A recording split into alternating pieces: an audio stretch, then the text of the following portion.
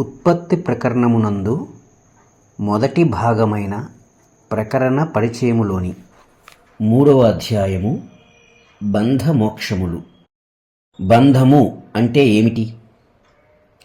ద్రష్ట యొక్క ప్రతిబింబ చైతన్యమునకు బాహ్యంలో ప్రాప్తిస్తున్న ఈ దృశ్యమునకు గల సంబంధమునే బంధము అంటున్నాం. ఒక ద్రష్ట యొక్క ప్రతిబింబ చైతన్యమునకు బాహ్యంలో ప్రాప్తిస్తున్న ఈ దృశ్యమునకు గల సంబంధమే ఆ ద్రష్టకు బంధము అని అంటున్నాం. ఈ ద్రష్ట దృశ్యభావముచే బంధింపబడుచున్నాడు. దృశ్యము తొలగటం జరిగిందా, బంధము కూడా తొలగుతోంది. అయితే దృశ్యము అంటే ఏమిటి? నీవు, నేను మొదలైన మిథ్యాకల్పనలతో కూడుకున్నటువంటి జగత్తే కదా. అట్టి జగత్తు రూపుమాయనంత వరకు ముక్తి లభించదు. అయితే రామచంద్ర, ఇదంతా లేదు, ఇది ప్రతిబింబం వంటిదే అని పై వాక్యాలు పలికినంత మాత్రం చేత ఈ దృశ్య బోధ నశిస్తుందా? దృశ్య బోధ అనగా the experience based on the perception. ఈ దృశ్య బోధ నశిస్తుందా? కేవలం పైన ఇదంతా లేదు, ఇదంతా కేవలం ప్రతిబింబం వంటిదే అన్నంత మాత్రం చేత ఈ దృశ్య బోధ నశిస్తుందా? లేదు. ఒక విధంగా చూస్తే అధికమైన వాక్యాలు, సాంకేతిక పదజాలం చిత్త విక్షేపమునే కలుగజేస్తూ దోషమును వృద్ధి చేస్తూ ఉంటాయి. ఎక్కువగా తర్కం చేయటం వలననో లేక తీర్థయాత్రలు సేవించినంత మాత్రం చేతనో ఈ జగత్తు మనోవేధి నుండి తొలగించటం సులభ సాధ్యం అయ్యేది కాదని విచారణశీలురగువారు మనకు చెప్పుచున్నారు. ఇక్కడ ఒక చమత్కారం ఉన్నది, చెప్తాను విను. జగత్ దృశ్యంతు యది అస్తి న శామ్యత ఏవ కస్యచిత్, నా అసతో విద్యతే భావో నా అభావో విద్యతే సతః. ఈ జగత్తు వాస్తవంగానే ఉండి ఉంటే ఇక దీనిని తొలగించే ప్రసక్తి ఎక్కడ? ఎందుకంటావా? ఏది వాస్తవానికి లేదో అనగా అసత్తో, అట్టి దానికి ఉనికి ఇక్కడ. ఏది ఉండియే ఉన్నదో అనగా సత్తో, ఇక దానికి లేమి అన్నది అసంభవం కదా. ఈ జగత్తు వాస్తవంగానే ఉండి ఉంటే ఇక దానిని తొలగించే ప్రసక్తి ఎక్కడుంటుంది? మరి ఏది వాస్తవానికి లేదో అనగా ఏది అసత్ అయి ఉన్నదో అట్టి దానికి అసలు ఉనికి ఎక్కడుంటుంది? అలాగే ఏది మొదలే ఉండి ఉన్నదో అనగా సత్ అయి ఉన్నదో ఇక దానికి లేమి అన్నది అసంభవమే కదా. కాబట్టి ఈ దృశ్యము లేదు. ద్రష్ట మాత్రం యథాతథుడై సర్వదా ఉండియే ఉన్నాడు.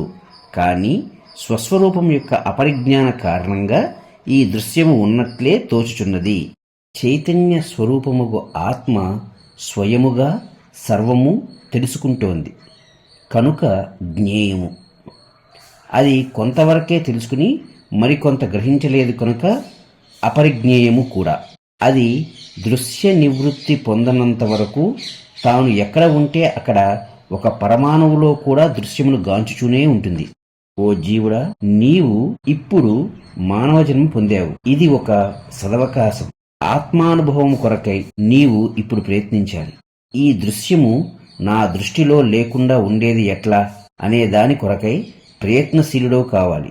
సురాపానము, మత్తు, పానీయములు మొదలైనవి సేవించువాడు ఈ మత్తు పానీయముల వలన నాకు తృప్తి కలుగుతోంది అనే దురభిప్రాయం పరిత్యజించాలంటే ఎంతో ప్రయత్నం చేయవలసి ఉంటుంది కదా. ఈ దృశ్యము వాస్తవమే అనే భ్రమ మనస్సులో దృఢం అయి ఉండటం కూడా అట్టిదే. అది సూక్ష్మ బుద్ధితో గ్రహించినట్టి మేము తపోధ్యాన జపాది సాధనముల వలన చిత్తశుద్ధిని ముందుగా సంపాదించుకున్నాం. అట్టి శుద్ధ చిత్తము యొక్క సహాయం చేత ఈ దృశ్యమునకు అస్తిత్వము లేదు అను బుద్ధిని పెంపొందించుకున్నాం. అందుచేత ఇప్పుడు దృశ్యము యొక్క మచ్చ కూడా మాకు కనబడటం లేదు. ఓ రామచంద్ర, ఈ జగత్తుకు సంబంధించిన సంస్కారం నీ యందు ఉన్నంత వరకు నీవు పారిపోయి ఒక పరమాణువులో దాగినా లాభం లేదు. ఆ పరమాణువులో కూడా నీకు అనేక జగత్తులు ప్రాప్తిస్తూనే ఉంటాయి. చిత్ స్వరూప దర్పణంలో ప్రతిబింబ పరంపరల వంటి అనేక జగత్తుల అనుభవం తప్పేది కాదు.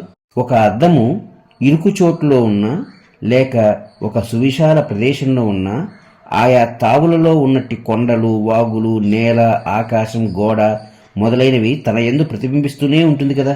ఈ చిత్ స్వరూప దర్పణం విషయంలో కూడా అంతే జరుగుతుంది. అట్లు ప్రతిబింబించడం వలననే చిత్ స్వరూపమగు జీవునికి మాటి మాటికి ఈ జరామరణ దుఃఖములు, జాగ్రత్త స్వప్న సుషుప్తి అవస్థలు కలుగుతూనే ఉన్నాయి. అప్పుడు శ్రీరాముడు ఇలా అడుగుతున్నాడు, హే వశిష్ఠ మహర్షి, ఈ దృశ్యము లేదు అని మీరు సిద్ధాంతీకరించుచున్నారు కదా, ఇక మేము ఇందులో పాల్గొనటం దేనికి? సర్వము త్యజించి వేస్తే పోతుంది కదా, కర్మరాహిత్యమును ఆశ్రయిస్తేనే మంచిదా? సమాధి మాత్రమే మమ్ములను ఈ దృశ్యం నుండి కాపాడుతుందేమో, మరి ఈ దృశ్యము మాకు బంధమే కదా. శ్రీ వశిష్ఠ మహర్షి అందుకు ఇలా సమాధానం ఇస్తున్నారు, నిజమే నాయనా రామచంద్ర, నువ్వు చెబుతున్నది నిజమే. కానీ నీవు ఇక్కడ గమనించవలసినది ఒకటి ఉన్నది. సమాధి సమయంలో కూడా ఇప్పుడు నేను దృశ్యమును గాంచడం లేదు, దానిని తుడిచివేయుచున్నాను అనే సంస్కారం ఉండనే ఉంటుంది కదా. ఈ సంస్కారము మరలా సంస్కృతి స్మరణమునకు అణువు అయినట్టి ఒక అక్షయమైన బీజము అగుచున్నది. సంస్కృతి అనగా ఏ ఏ భావనలు లేక దృశ్యమునకు సంబంధించిన అనుభవములు ఈ జీవునికి సుఖదుఖ స్వర్గ నరక పాతాళాది అనేక లోకముల్లో త్రిపుటకు కారణమగుచున్నదో వాటిని, ఆ భావనలను సంస్కృతి అని చెప్పుచున్నారు. ఈ సంస్కారము మరల సంస్కృతి స్మరణమునకు అణువు అయినట్టి ఒక అక్షయమైన బీజము అగుచున్నది. మరల సంసారం ఉద్భవించటానికి ఆ మాత్రం బీజం చాలు. దీనిని బట్టి మనం గ్రహించిందేమిటి? సవికల్ప సమాధి అనగా నేను దృశ్యమును త్యజించి వేస్తాను అన్న భావన ఉండి ఉన్నట్టి స్థితి. సవికల్ప సమాధి అది దృశ్యనాశనమునకు హేతువు కాగలదని మనం చెప్పలేం. మరి నిర్వికల్ప సమాధియో అనగా థాట్లెస్ స్టేట్. ఈ నిర్వికల్ప సమాధి మాట ఏమిటంటావా? అవును, నిర్వికల్ప సమాధి లభిస్తే చైతన్య రూపమును నిర్వాణమును కూడా పొందవచ్చు. కానీ నీ దృష్టిలో దృశ్యము ఉన్నంత వరకు నిర్వికల్ప సమాధి సిద్ధించేది ఎట్లా? రామా, అసలు సమాధి అంటే ఏమిటి? ఆ సమయంలో జగత్తు యొక్క లేమిచే ఏర్పడు నిశ్చేష్టత వంటిదే కదా. ఒకడు గాఢంగా నిద్రిస్తున్నాడనుకో, అట్టి గాఢ నిద్రలో జాగ్రత్తకు సంబంధించిన ఏ అనుభవం అతనికి ఉండదు. కానీ మేల్కొనిన తరువాత మరల పూర్వపు ప్రాపంచిక జ్ఞానమంతా వచ్చి చేరుతోంది కదా.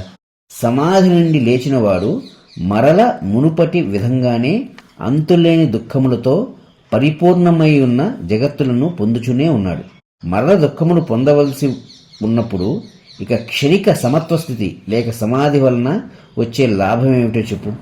నేను నిర్వికల్ప సమాధిని సంపాదిస్తాను అని ఎన్నటికీ భంగము కాకుండా చూచుకుంటాను. ఆ విధంగా అనంత సుషుప్తితో సమానమైన పవిత్ర బ్రహ్మపదమును పొందవచ్చును కదా. ఈ జగత్తుతో నాకేం పని, కాబట్టి నేను ఇప్పుడే నిష్క్రియుడను అవుతాను అని నీవు అంటావేమో. ఇటువంటి అభిప్రాయం నీవు చెప్పావు కూడా. కానీ ఈ మనస్సు అనబడే మూల దృశ్యము అంతరంగంలో ఉన్నంత వరకు మహాయోగులు కూడా బాహ్య దృశ్యమును సంపూర్ణంగా రూపుమాపలేకపోతున్నారు. ఈ చిత్తము ఏ పదార్థములపై పొందవలను అనే రూపమును గల ఆసక్తి కలిగి ఉంటోందో ఆయా విషయములందు జగద్భ్రమ కలిగి ఉన్నట్లే అవుతోంది. ఆ ద్రష్ట లేదు, నేను ఒక పాషాణమును అని తనను తాను భావించి ఊరుకుంటే మాత్రం ఏమి లాభం? అది అట్టి కల్పన నుండి తేరుకోగానే మరల దృశ్యము ఎదురుగా ప్రత్యక్షమై నిలవనే నిలుస్తోంది. పైగా ఇంతవరకు ఏ ఒక్క యోగి యొక్క సమాధి కూడా పాషాణతుల్యమై అనంతకాలం ఉండటం లేదు.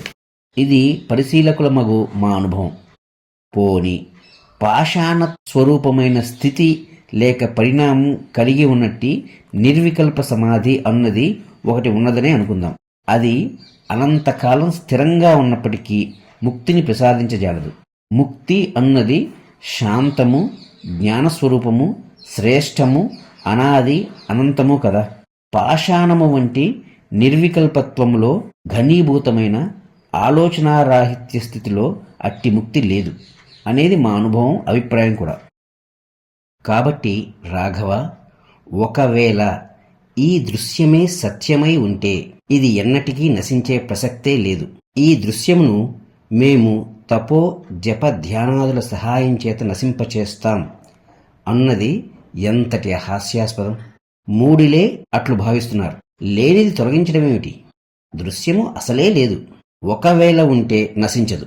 మరి దృశ్య సంబంధము అనే సంసారము తొలగేది ఎట్లా? దృశ్యము మిథ్య అని తపోధ్యానాదులచే శుద్ధి పొందిన చిత్తమునకు సుస్పష్టమగుచున్నది. అనగా తపో జప ధ్యానాదులు మోక్షమునకు నేరుగా కారణము కాదు. అవి చిత్తమును శుద్ధి చేయటానికి మాత్రమే ఉపకరిస్తాయి. అట్టి శుద్ధ చిత్తము యొక్క సహాయంతో ఈ జగత్తు బ్రహ్మమే అని సుస్పష్టముగా, సందేహరహితంగా, అనుభవపూర్వకంగా తెలియవచ్చుటే మోక్షము అని గ్రహించదువుగాక. అనగా ఈ కనబడే సర్వము బ్రహ్మమే అనునిత్యాభ్యాసం తపోధ్యానాదుల అంతిమ ఫలమునకు సమానమే కదా. ఒక తామర పువ్వులో గింజలు, విత్తులు తీసుకో. ప్రతి గింజలోనూ భవిష్యత్తులో మొలవబోవు తామర తీగ యొక్క లక్షణములన్నీ సంస్కార రూపంలో అణిగి ఉంటాయి కదా. అదేవిధంగా ద్రష్టయందు కూడా దృశ్యము సూక్ష్మ రూపమున, సంస్కార రూపమున అణిగి ఉంటుంది. పదార్థములలో రుచి, నువ్వులలో నూనె, పువ్వులలో వాసన దాగి ఉంటాయి కదా. అట్లాగే ద్రష్టయందు దృశ్యము కూడా ఇమిడి ఉంటుంది. కర్పూరం ఎక్కడ ఉన్నా వాసన వెదజల్లుతూనే ఉంటుంది. అలాగే నేను ఒక జీవుడను అను జీవభావము వహించి ఉన్న చిదాత్మ కూడా ఎక్కడ ఉన్నప్పటికీ తన హృదయంలో దృశ్య జగత్తును పొందుచున్నే ఉంటుంది. స్వప్నము, సంకల్పములు, మనోరాజ్యము ఇవన్నీ ఎక్కడున్నాయి? ఈ జీవుని హృదయమునందే కదా. అదేవిధంగా దృశ్య పదార్థములు కూడా నీ హృదయమునందే ఉన్నాయని స్వానుభవం చేత గ్రహించెదవుగాక. ఒకానొక బాలుడు తన చిత్తము యొక్క వికల్పము చేతనే కొద్దిపాటి చీకటిలో ఒక దయ్యమును చూడటం, గజగజ వరగటం, చావటం కూడా జరుగుతోంది. ఈ దృశ్య పిశాచి ద్రష్టను కూడా అనేక శరీర ప్రాప్తి వినాశముల రూపంలో హింసించుచున్నది. ఒక గింజలో మొలచుట అను స్వభావం దాగి ఉన్నది కదా. ఆ గింజ తగిన నేలను, ఋతువును పొందినప్పుడు మహావృక్షమవుతోంది. అట్లే చిత్తులో రూపుదిద్దుకుని ఉన్న ఈ చిత్తమునందు దృశ్యజ్ఞానము అన్నది సంస్కార రూపంలో ఉంటోంది. అది దేశ కాల పరిస్థితులను అనుసరించి వృద్ధి పొందుచున్నది. విత్తనం యొక్క మధ్యలో చెట్టును వెలువరించగల శక్తి ఎప్పటికీ ఇమిడి ఉంటుంది. అయితే ఆ శక్తి అనువైన దేశకాలంలో లభించినప్పుడు మాత్రమే ప్రకటితం అవ్వచ్చు. అప్పుడు మొలకెత్తు శక్తి లోపించినట్లో, త్యజించబడినట్లో అజ్ఞాన దృష్టితే పైకి కనబడవచ్చు. విత్తనం యొక్క మధ్యలో చెట్టును వెలువరించగల శక్తి ఎప్పటికీ ఇమిడి ఉంటుంది. అయితే ఆ శక్తి అనువైన దేశకాలంలో లభించినప్పుడు ప్రకటితం కాకపోవచ్చు. అప్పుడు మొలకెత్తు శక్తి లోపించినట్లో, త్యజించబడినట్లో అజ్ఞాన దృష్టిచే పైకి కనిపించవచ్చు. అదేవిధంగా చిన్మాత్ర శరీరి అనగా ఎరుకయే రూపముగా కలిగి ఉండి ఈ శరీరమును ధరించినవాడు అయినట్టి ఈ జీవుని అంతరమున కూడా అతని స్వభావమే అయినట్టి ఈ జగత్తు సర్వకాలములందు ఉండనే ఉంటున్నది. అయితే సమయభేదమును అనుసరించి సమాధి కాలంలో అణగిపోయినట్లో, విరచిపోయినట్లో తోచుచున్నది. మరల వ్యుత్థాన కాలంలో వచ్చిపడుతోంది. మోక్షస్వరూపులకు జ్ఞానుల దృష్టి ఎలా ఉంటుందో చెప్తాను విను. నేను ఈ జగత్తులో కనిపించుచున్న ఏదైనా ఒకానొక పదార్థం వంటి వాడను కాను. నన్ను బాధించగలిగినదంటూ ఎక్కడా ఏదీ లేదు. దేనికి సంబంధించనట్టి శుద్ధ చైతన్య స్వరూపుడనే నేను. అనంతుడనై సర్వదా సర్వమును వెలిగించుచు సర్వమునందు వెలుగొందుచున్నాను. ఈ జగత్తు నా స్వభావమే. నా గుణములు నేను కానట్లు జగత్స్వరూపుడనగు నేను జగత్తుగా అగుటలేదు. అట్టి ఉత్తమ భావనతో భావనారాహిత్యము పొందినవాడే తనను తాను అకర్తగా, అభోక్తగా, నిష్ప్రపంచకుడుగా, అద్వితీయుడుగా దర్శించుచున్నాడు. జ్ఞాని పూర్ణుడై ఉంటున్నాడు. ఓ ప్రియరామచంద్ర, ప్రతి జీవి పూర్ణుడే అయి ఉన్నాడు సుమా. అయితే సంసారబద్ధుడగు జీవుడు అది మరచి ఇందు సంచరిస్తున్నాడు. ఓయి జీవుడా, నీవు పూర్ణుడవేనయ్యా అని శాస్త్రకారులు, గురువులు గుర్తు చేయుటకు ప్రయత్నిస్తున్నారు. అంతే.